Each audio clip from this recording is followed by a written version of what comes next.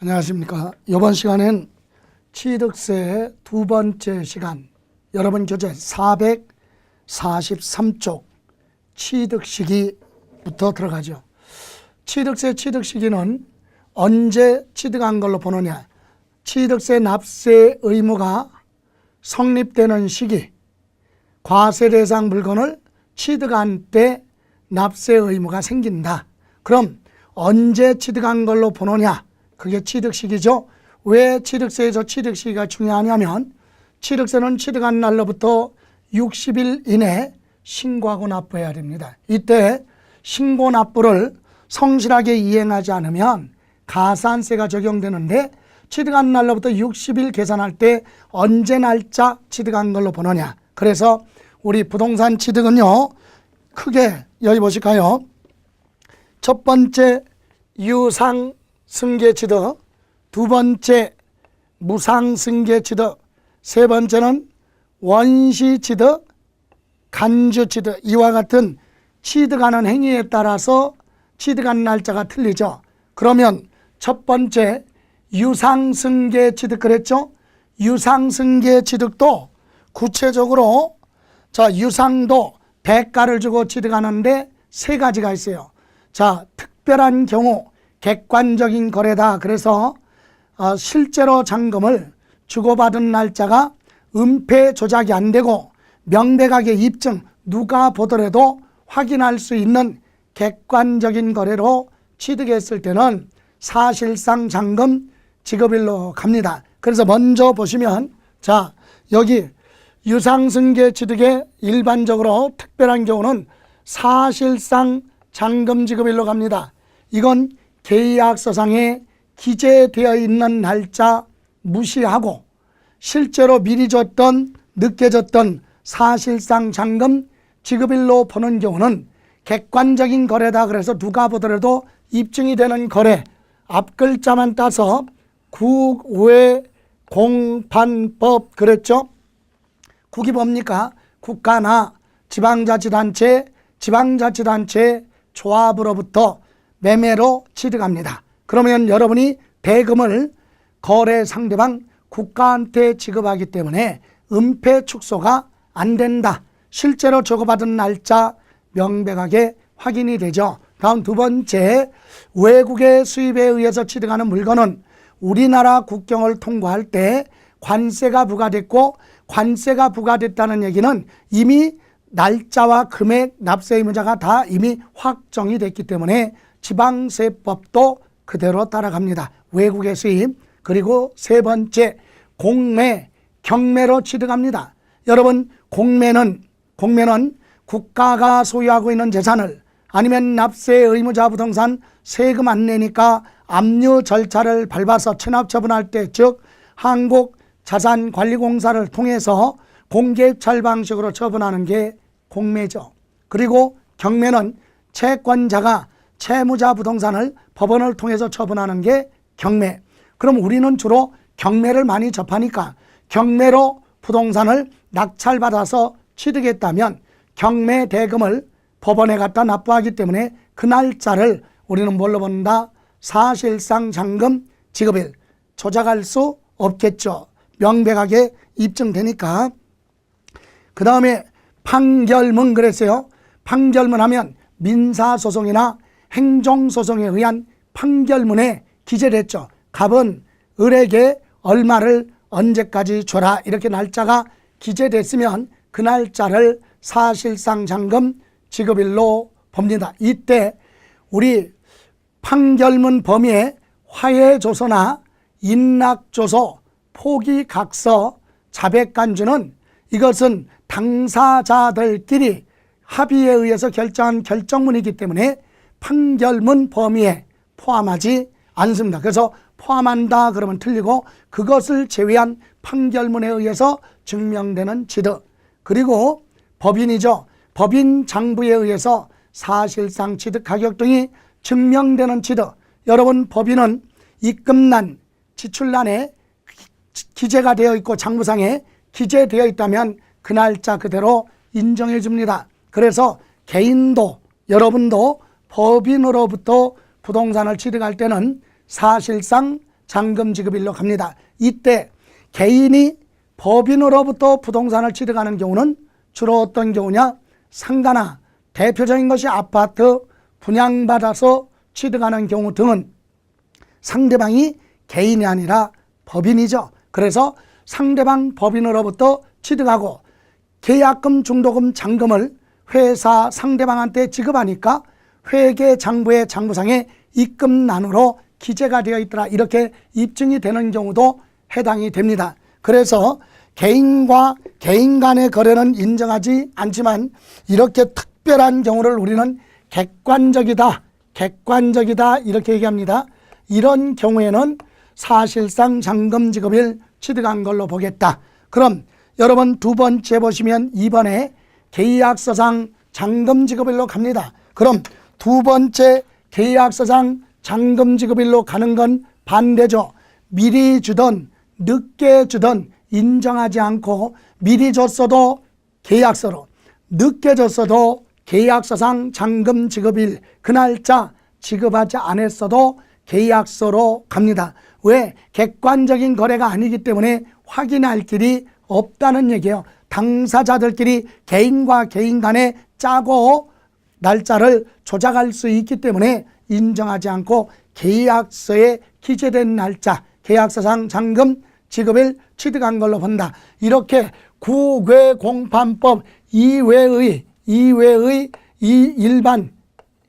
일반 거래죠. 일반 거래에 대해서는 계약서상 잔금 지급일 취득한 걸로 봅니다. 또 하나 세 번째는요, 사실상 연부금 지급일 그랬어요. 사실상 연부금 지급일, 이 얘기는 당사자 간에 대금을 일시에 지급할 수 없으니까 2년 이상 장기간에 걸쳐서 지급하는 조건을 우리는 연부라고 하죠. 그럼 연부는요, 보실까요? 예를 들어서 자, 부동산을 10억짜리 부동산을 취득하는데 이것을 만약에 3년 연부 계약을 체결을 했다. 그러면 1년 있다가 3억 3천, 3억 3천, 3억 3천 이렇게 해서 매년 금액이 똑같아야 돼요. 그러면 계약금으로 1,000만 원 이렇게 해서 10억의 연부 계약을 체결했어요. 3년 동안. 그리고 1년 있다가 상대방한테 얼마 3억 3천만 원을 지급하면 그날 부한 걸로 본다. 취득한 걸로 보고 또 1년 있다가 3억 3천을 주면 그날 또 취득한 걸로 보죠. 이렇게 해서 연부 취득은 사실상 뭘로 가요? 연부금을 지급하는 날 각각 취득한 걸로 보는데, 참고로 여러분 연부 취득은요, 중도에 계약이 뭐가 되면 해제되면 그건 취득한 걸로 보지 않습니다. 그래서 이미 납부한 취득세는 환급 대상이 되겠죠. 취득한 걸로 보지 않는다. 연부 취득 도중에 계약이 해제되면 그건 취득한 걸로 보지 않습니다. 이렇게 해서 유상승계 취득인데도 사실상 잔금 지급일, 계약서상 잔금 지급일, 그리고 사실상 연부금 지급하는 날 각각 취득한 걸로 보는데, 다만 오른쪽에 보시면 더 알아보기 그랬죠. 이게 무슨 말이냐, 요거예요. 사실상 잔금 지급일, 계약서상 잔금 지급일, 사실상 연부금 지급하기 전에 선등기, 다시 말하면 등기를 먼저 했다. 계약서상 잔금 지급일 전에 등기, 사실상 잔금 주기 전에 등기를 먼저 했다. 연부금 지급하기 전에 등기를 협의에 의해서 먼저 했다. 등기가 더 빠르면 등기 등록한 날에 뭐 한 걸로 본다? 취득한 걸로 본다. 요거 하나 다시 한번, 이렇게 각각 취득한 날이 있어도 이 날짜보다 등기를 먼저 하면 등기 등록한 날 취득한 걸로 보겠다, 이 얘기입니다. 또 이번에는 무상승계 취득으로 갑니다. 그러면 무상승계 취득은 대표적인 것이 상속증여 기부인데, 가장 대표적인 건 뭘로 보느냐? 무상하면 기본이 증여 또는 기부행위로 봐요. 그래서 상속보다는 증여 기부행위가 많기 때문에 증여는 계약일이죠. 무상승계 취득하면 증여로 보기 때문에 원칙이 계약일. 다만 상속이라는 단어가 있을 때만 상속계시일. 상속계시일은 실제로 사망한 날이죠. 사실상 사망한 날 또는 법원으로부터 실종 선고를 받았다면 실종 선고일로 보죠. 그래서 상속이란 말이 있을 때만 상속계시일이고 상속이라는 단어가 없이 무상승계 취득하면 계약일에 취득한 걸로 봅니다. 자, 그런데 여기서 하나 꼭 기억할 것이 있어요. 2번 다시 가서 요거 있죠. 요거 일반적으로 계약서상 잔금지급일 요거하고 여기 무상승계 취득 계약일이죠. 자, 유상승계 취득의 계약서상 잔금지급일 또는 무상으로 취득했을 때 계약일 요거 전에 요 날로부터 요 날 취득인데 요 날로부터 60일 이내 뭐를 하지 않고 등기를 하지 않고 계약이 해제된 사실이 뭐가 되면 입증이 되면 그건 무한걸로 취득한 걸로 보지 않는다. 요 규정이 있죠. 확인해 볼까요? 다시 올라가서 443조 유상승계 취득의 2번 계약서상 잔금지급일 그랬죠.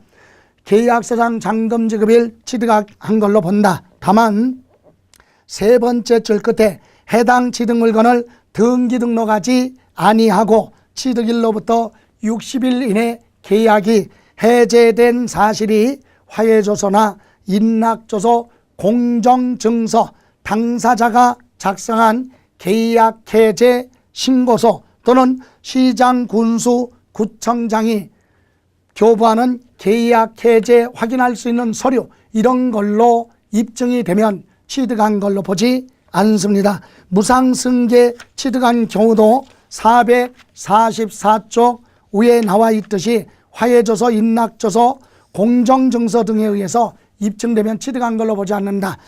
그 1, 2, 3번이 중요한 게 아니라 한 줄로 취득일로부터 60일 이내 등기 등록을 하지 아니하고 계약이 해제된 경우는 취득한 걸로 보지 않는다. 이렇게 정리하시고 다음 444쪽에 이번에는 원시취득 중에서 몇 가지 보죠.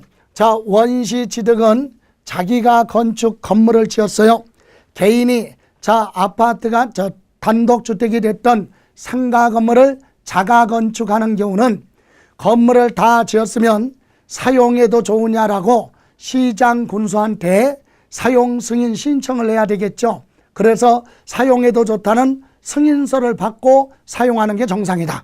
그런데 사용 승인서 받기 전에 임의대로 건축주가 임의대로 사용하는 경우도 있기 때문에 세법은 둘 중에 빠른 날로 가요. 그래서 자가 건축의 경우는 언제 취득한 걸로 보느냐, 사용 승인서 내주는 날 하고 사실상 사용일 중에서 보한 날, 빠른 날, 사용 승인서 내주는 날 또는 사실상 사용일 둘 중에 빠른 날.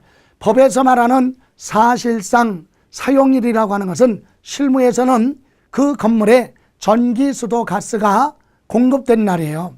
그러니까 여러분이 건물을 하나 지어놓고 시장 군수가 모를까 봐 한두 달 사용하다가 그때쯤에 와서 건물을 완성한 걸로 보고 한 것처럼 사용 승인 신청이 들어오면 시장 군수는 그 건물에 대해서 전기, 수도, 가스가 언제부터 공급되고 있는지 실질적으로 공급되고 있는 시점을 한전이나 가스공사 등에 확인이 가능하다. 이렇게 해서 전기, 수도, 가스가 공급되고 있다면 그날을 사실상 사용일로 보기 때문에 사용 승인서 내주기 전에 사용하고 있으면 날짜 오차가 하루라도 발생하지 않고 바로 확인이 된다. 그래서 세법은 둘 중에 반 날, 빠른 날 취득한 걸로 본다. 이렇게 이해하시고, 그럼 원시 취득하는 건축물은 다른 것도 둘 중에 빠른 날, 이렇게 두 가지 기억하시면 돼요. 거기 보시면 두 번째 칸에 도시개발 사업이 끝나서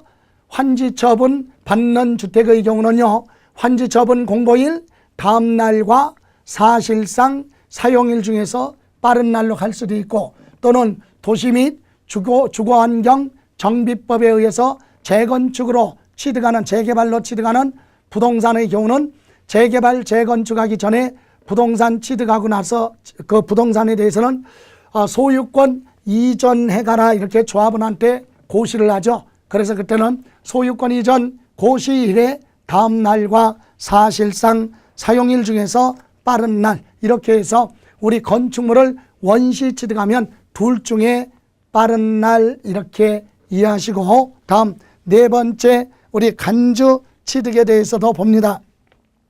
지목 변경의 경우도 본인이 지목을 변경한 날로부터 60일 이내 신고 납부 스스로 하지 않으면 추적이 현실적으로 불가능하다. 그래서 지목 변경도 사실상 지목을 변경한 날과 공부상에 변경된 날 중에서 둘 중에 빠른 날 취득한 걸로 보겠다. 이렇게 해서 가장 대표적인 거 유상승계 취득과 무상승계 취득 이 두 가지를 필수로 정리하시 바랍니다. 다시 한번 유상승계 취득 이렇게만 나오면 계약서상의 잔금 지급일 취득한 걸로 본다. 다만 계약서상에 잔금 지급일이 기재되지 않았으면 계약일로부터 60일 경과한 날 취득한 걸로 보죠. 또 만약에 국외공판법 이렇게 나왔다면 그때는 사실상 잔금 지급일, 국가로부터 취득, 외국의 수입, 공매, 경매, 판결문, 법인 장부 입증 이런 단어가 나오면 사실상 잔금 지급일로 갑니다. 다음 연부 취득은 사실상 연부금 지급하는 날 취득한 걸로 보겠다. 이렇게 취득 시기가 유상승계 취득이 정해져 있는데 이 날짜가 되기 전에 뭐를 먼저 하면 등기를 먼저 하면 등기 등록한 날 취득한 걸로 봅니다. 또 무상승계 취득하면 증여기부기 때문에 계약일, 다만 상속이라는 두 글자가 있을 때만 상속 개시일에 취득한 걸로 보죠. 이렇게 유상 무상했는데 유상이든 무상이든 간에 취득한 날로부터 60일 이내 등기를 하지 아니한 상태에서 계약이 해제된 경우는 취득한 걸로 보지 않는다. 이렇게 이해하시고, 다음 이번에는요 맨 밑에 444쪽에 보시면 기출문제 한번 다뤄볼까요? 지방세법상 취득세에 있어서 사실상 잔금 지급일 취득 시기로 보는 경우로 틀린 거 국, 외, 공, 반, 법 그랬죠? 그래서 2번 외국으로부터 수입, 세 번째는 법인 장부에 입증되는 거, 네 번째 공매나 경매로 취득하는 경우, 또 국가 등으로부터 유상승계 취득은 실제로 잔금 준 날 취득한 걸로 봅니다. 그래서 1번이 잘못됐죠. 판결문에 입증되는 경우는 사실상 잔금 지급일로 가는데 다만 화해조서나 당사자 간에 화해하거나 또는 인정한다고 작성을 하거나 또는 포기각서, 소송을 포기하는 각서 또는 자백간주 이런 것은 판결문의 범위에 해당되지 않기 때문에 계약서로 갑니다. 계약서상 잔금 지급일로 간다. 판결문 범위에 화해, 인락, 포기, 자백간주는 포함하지 않죠. 그래서 1번 화해에 의해서 입증됐다 그러니까 인정되지 않아요. 그건 사실상 잔금 지급일 취득식으로 보는 사유에 해당하지 않는다. 그래서 답은 1번이죠. 이렇게 국외공판법 그런 단어가 있을 때만 뭘로 간다? 사실상 잔금 지급일. 그런 단서 없으면 계약서상 잔금 지급일로 갑니다. 다음 이렇게 해서 취득시기, 그럼 취득세는 이렇게 취득한 날로부터 60일 이내 신고 납부 안 하면 가산세 적용됩니다. 참고로 다음 이번에는 여러분 교재 445쪽에 나와 있는 과세표준 아주 중요합니다. 어떤 금액으로 세금을 계산할 것이냐, 세액 산출의 기초 과세표준은 뭘로 하느냐. 여러분 취득세는요 당사자 간에 실제로 거래한 가격이 있으면 그걸로 무엇을 하라? 신고를 하고 신고된 내용으로 납부하고 등기권리증에 기재되고 취득가격이 기재되고 나중에 그 부동산 팔을 때 장부상에 기재된 금액과 팔은 금액 가지고 양도소득세 계산 이렇게 가요. 그래서 원칙이 실거래 가격으로 신고를 해야 되겠죠. 그래서 취득세 과세표준은 크게 세 가지예요. 핵심이 원칙, 취득 당시 무슨 가액이다?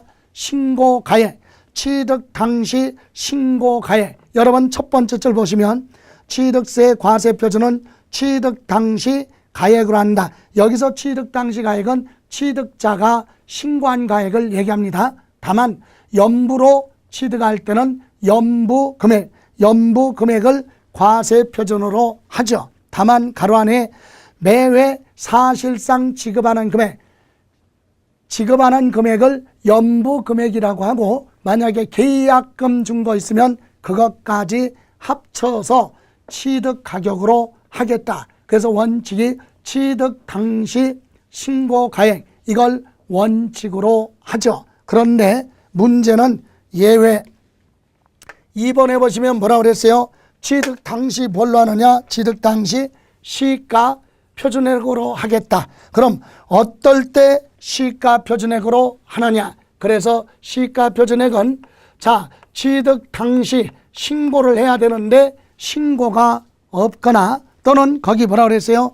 신고 가액 표시, 가액에 표시가 없다. 이런 경우도 시가 표준액으로 갑니다. 또는 신고한 가액이 있어도 신고한 가액이 무엇보다 시가 표준액이죠. 시가 표준액보다 적게 신고를 했다면 그 신고된 가격은 인정할 수 없다. 그래서 그때는 시가 표준액으로 하겠다 이 얘기예요. 그러면 이때 시가 표준액이 뭐냐? 여러분 지방세법에 지방세를 부과하기 위해서 예를 들어 토지든 건축물이든 주택이든 차량이든 기계장비든 모든 과세 물건에 대해서 기준되는 가격을 매년 정해놓는데 그걸 하나로 뭐라고 한다? 시가 표준액이라고 한다. 시가 표준액. 그래서 우리 시가 표준액은요, 물건마다 정해진 가격이지만 우리 자동차나 기계장비, 선박 이와 같은 시가 표준액은 우리가 기억할 필요 없어요. 왜? 부동산세법은 부동산에 관련된 부분만 물어보니까 부동산 중에서도요, 우리 토지, 건축물, 주택 요 세 가지 중에 토지하고 주택은 필수로 이해하셔야 되고, 오른쪽에 더 알아보기 나와 있죠. 여러분 토지에 대한 시가 표준액은 부동산 가격 공시에 관한 법률에 매년 6월 1일자로 토지 가격을 정해놓죠. 그걸 뭐라고 그래요? 개별 공시지가다. 이 개별 공시지가 요걸 토지에 뭐라고 한다? 시가 표준액 이렇게 얘기하고요. 다음 주택이 있어요. 주택은 둘로 나눠서 단독주택 같은 경우는 개별 주택 가격이 있고, 공동주택, 아파트 등은 공동주택 가격이죠. 이때 개별주택 가격이나 공동주택 가격은 5월 또는 10월 이렇게 1년에 한 번 이상 2번도 고시가 될 수 있지만 최근은 5월 달에 한 번만 고시가 됩니다. 물론 토지 주택 말고 건축물도 있죠. 그런데 일반 건축물은 신축 건물 기준 가격의 구조용도, 위치 등을 감안해서 계산하기 때문에 아주 복잡하다. 그래서 우리가 시험에서는 물어볼 내용이 아니기 때문에 토지하고 주택에 대한 시가 표준액만 여러분이 이해하시고, 참고로 모든 부동산은 토지 따로 건축물 따로 과세를 하지만 우리 부동산 중에 주택은 주거용 건물하고 토지를 통합해서 합쳐서 주택으로 과세를 합니다. 그래서 시가 표준액도 주택은 건물하고 토지를 통합해서 고시가 되죠. 그걸 개별주택 가격 또는 공동주택 가격이라고 합니다. 참고로 거기 이렇게 두 가지는 필수로 이해하시고, 이런 가격을 뭐라고 한다? 시가 표준액. 이 가격은 전국 평균이 실거래 가격에서 60%에서 80% 정도의 가격으로 고시가 되기 때문에 전국 평균치가 그렇다는 얘기지 어느 지역이든 다 그런 건 아니죠. 특히 수도권에 부동산이 많이 모여 있기 때문에 수도권으로 봤을 때 60%에서 80% 정도의 수준으로 고시가 되어 있는 그런 시가 표준액으로 하는데, 여기 보세요. 자, 신고가액이 시가 표준액보다 낮은 가격으로 취득했다고 신고가 들어오면 그건 인정할 수 없다. 그래서 뭘로? 시가 표준액. 결론은 요거 두 가지는 뭐예요? 신고가액과 시가 표준액을 비교해서 둘 중에 어느 거든 높은 거, 금액이 큰 걸 과세 표준으로 한다, 이 얘기입니다. 그래서 취득세를 이렇게 표현할 수도 있죠. 취득세 과세 표준은 취득 당시 신고가액과 시가 표준액을 비교를 하여 둘 중에 높은 금액을 과세 표준으로 한다, 이렇게 지문이 나와도 맞는 내용이다. 왜? 원칙은 신고가액이지만 신고가액이 시가 표준액보다 뭐하면 적으면 그때는 뭘로? 시가 표준액으로 한다. 그렇기 때문에 둘 중에 높은 금액으로 한다. 그래도 틀린 내용이 아니죠.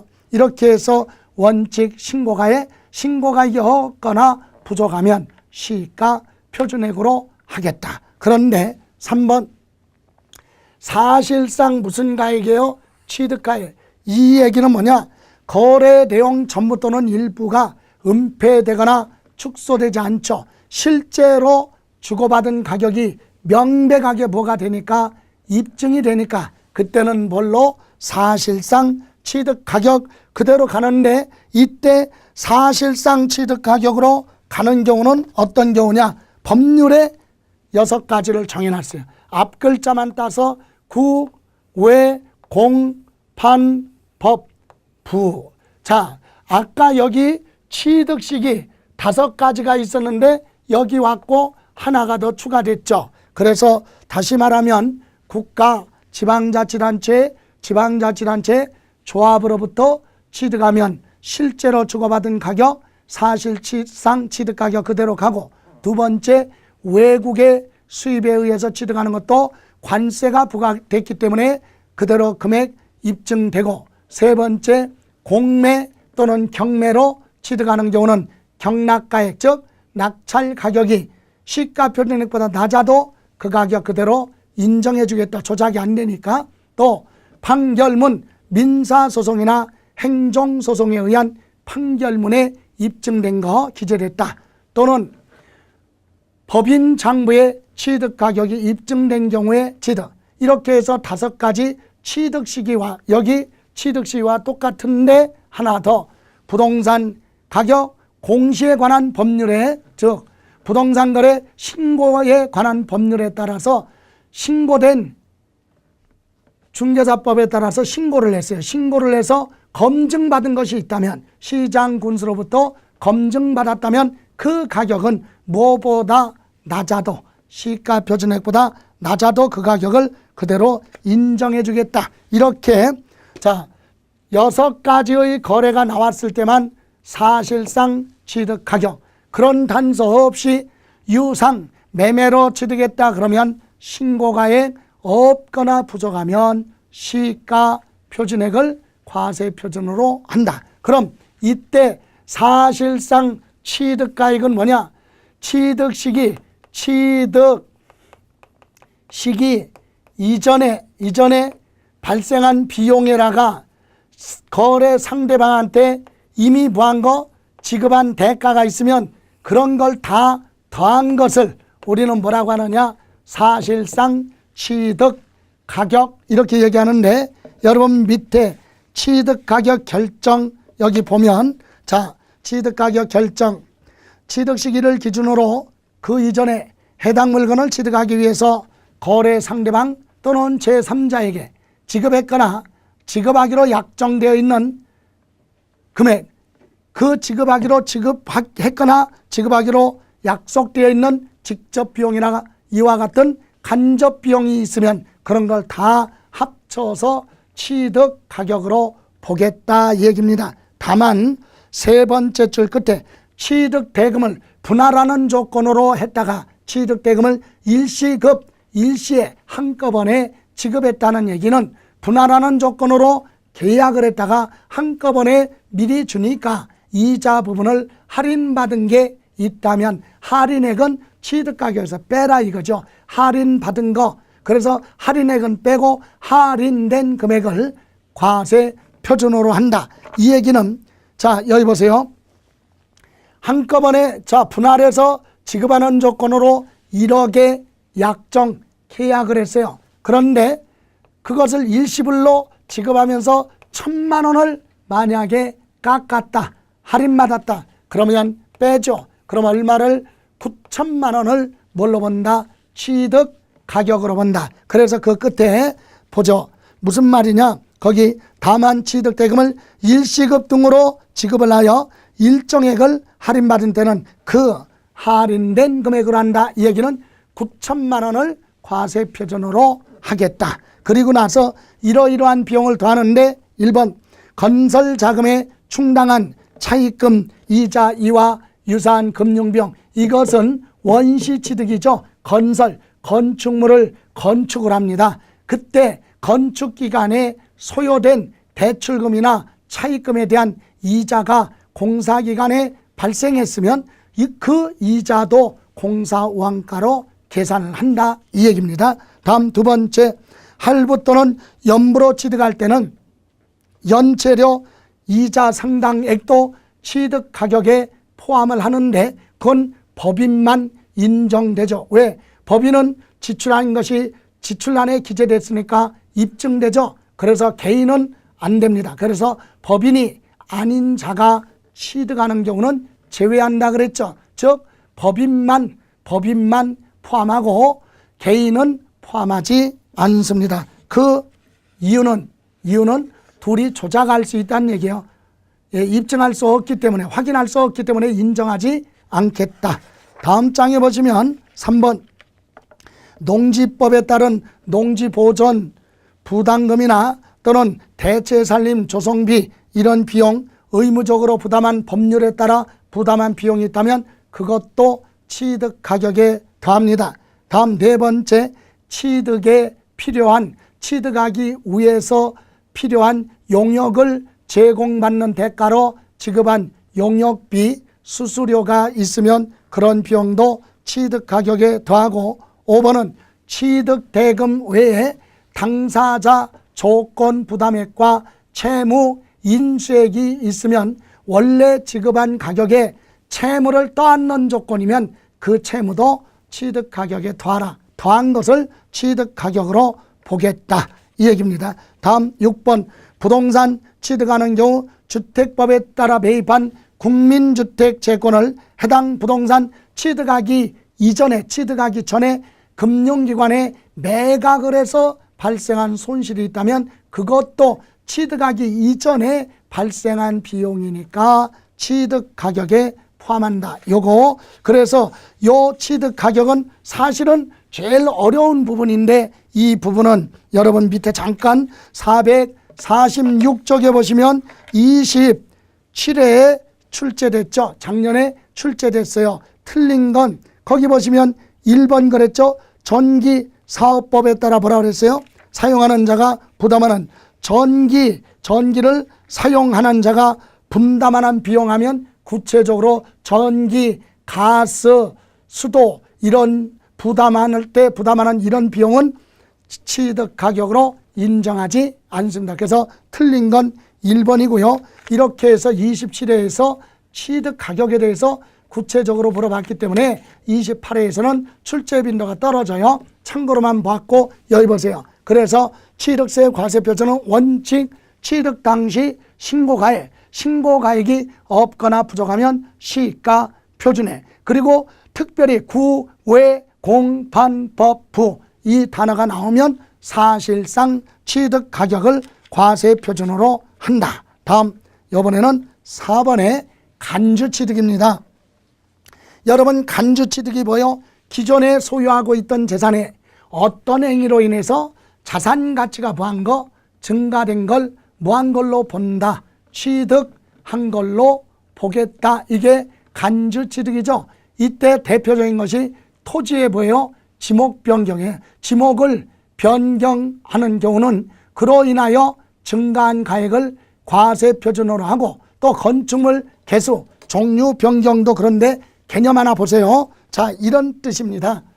이와 같은 임야가 있어요. 임야. 자, 이것을 실제로 토지 소유자가 개간을 해서 지목을 바꿨어요. 농사 짓고 있는 농지, 즉 전이나 답으로 지목 변경을 했다. 그러면 이 지목 변경에 들어간 비용을 개인 누가 갑이 뭐를 해야 돼요? 신고해야 되겠죠. 그래서 신고를 5천만 원 들어갔다고 신고를 했다. 그러면 어떻게 해요? 5천만 원으로 신고를 하고 취득세를 납부하고 나면 이번에는 누가 시장, 군수, 구청장이 이 임야에 대한 시가 표준액이죠. 시가 표준액 하면 토지니까 개별 공시지가죠. 개별 시가 표준액 하면 개별 공시지가가 예를 들어 1억이었었는데 이걸 개간해서 전답으로 바꿨다. 그럼 인근에 있는 전답을 비교해서 인근의 다른 전답의 개별 공시지가를 다 집계를 해서 그거의 평균치로 시장 군수가 이 전답에 무엇을 시가 표준액을 결정하게 됩니다. 이때 시가 표준액 하면 역시 개별 공시지가죠. 이렇게 해서 1억 만약에 3천만 원으로 지목 변경한 토지의 시가 표준액을 결정했다면 지목 변경하기 전에 시가 표준액과 지목을 변경한 후에 시가 표준액을 비교해서 증가한 거 얼마예요? 3천만 원은 이것이 시가 표준액입니다. 그런데 이걸 기준하는데 이 금액보다 납세 의무자가 신고 금액이 더 많으면 5천만 원을 그대로 가는 거고, 이 금액보다 적으면 뭘로 간다? 시가 표준액으로 한다 이 얘기입니다. 그럼 이렇게 해서 지목 변경의 개념 봅니다. 자, 여기 보세요. 지목을 변경하는 데 들어간 비용을 본인이 신고했다.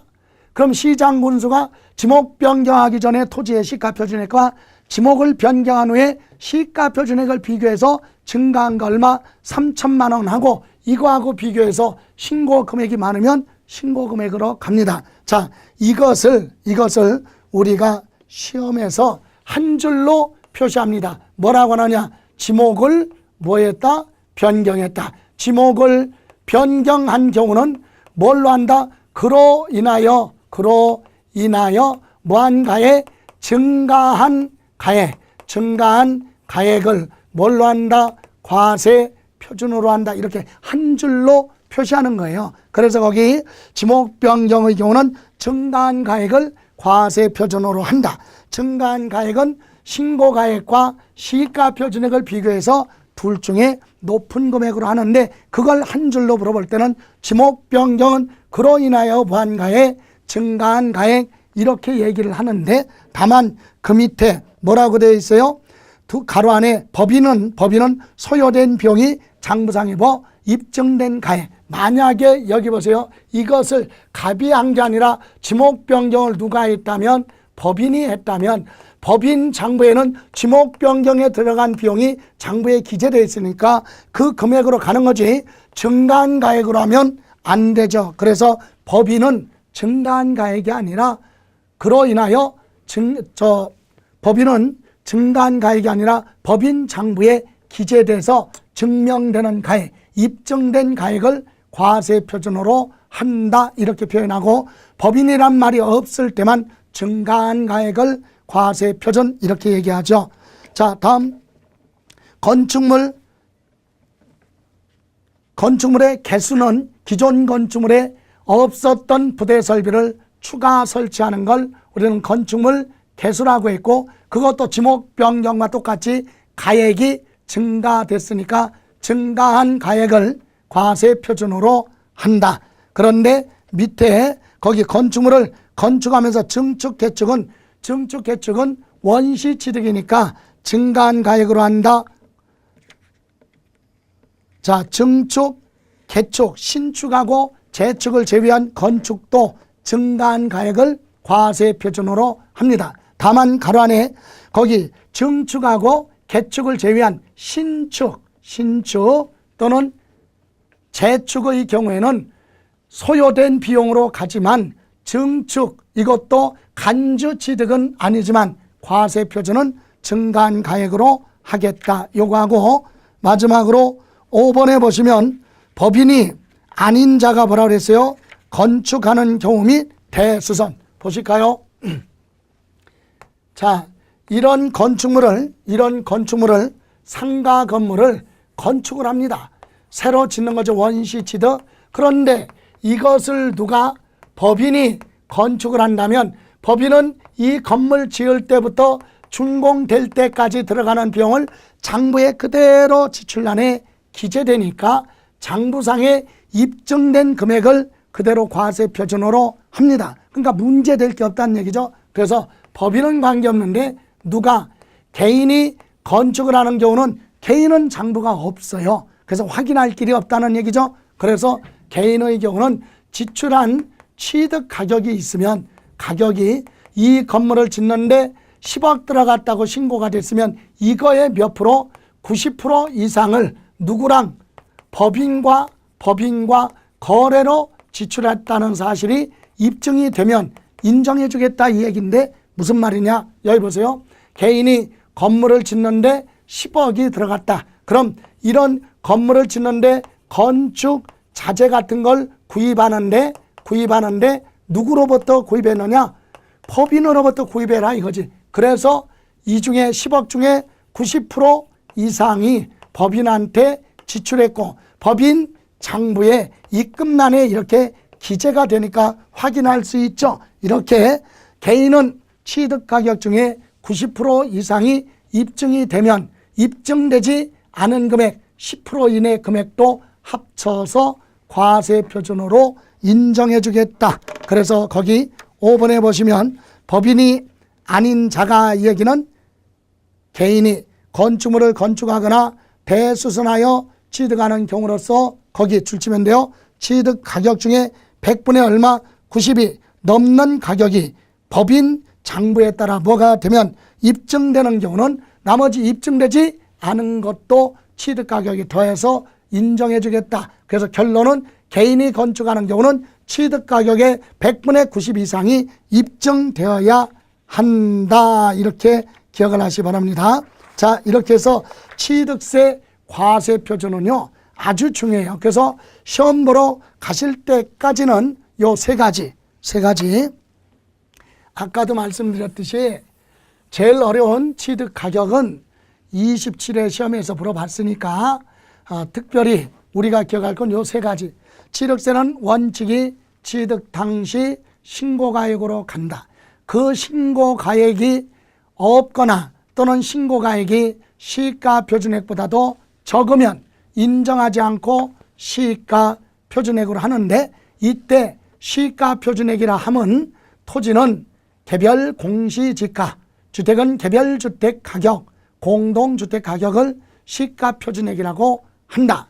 그리고 객관적으로 입증되는 거래 6가지 앞글자만 따서 구, 외, 공, 반, 법, 부 국가로부터 취득, 외국의 수입, 공매, 경매, 4번째 판결문, 5번째 법인 장부에 입증되는 거, 6번째 부동산 거래 신고에 관한 법률 규정에 제출된 신고서에 의해서 검증이 이루어진 취득. 이런 경우는 사실상 취득 가격을 과세 표준으로 하겠다. 또 간주 취득, 지목 변경 그러면 지목 변경은 그로 인하여 증가한 가액을 과세 표준으로 한다. 다만 법인이 지목을 변경한 경우에는 법인